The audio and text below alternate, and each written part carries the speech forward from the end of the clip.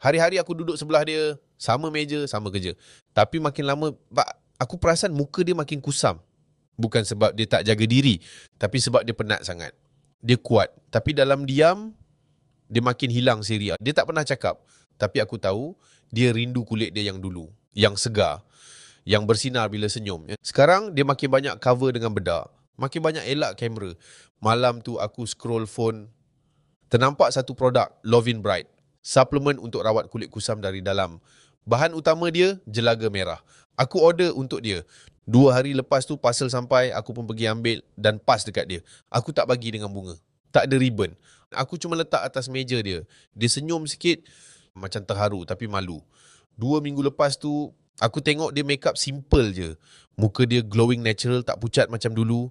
Lighting kena pipi, aku pun terdiam. Dia senyum dan untuk pertama kali, aku nampak dia yakin balik dengan diri dia. Sekarang, dia tak sembunyi muka dia dengan bedak lagi. Sebab kulit dia dah hidup balik. Kadang-kadang, orang yang kita sayang cuma perlukan sikit sokongan dari belakang.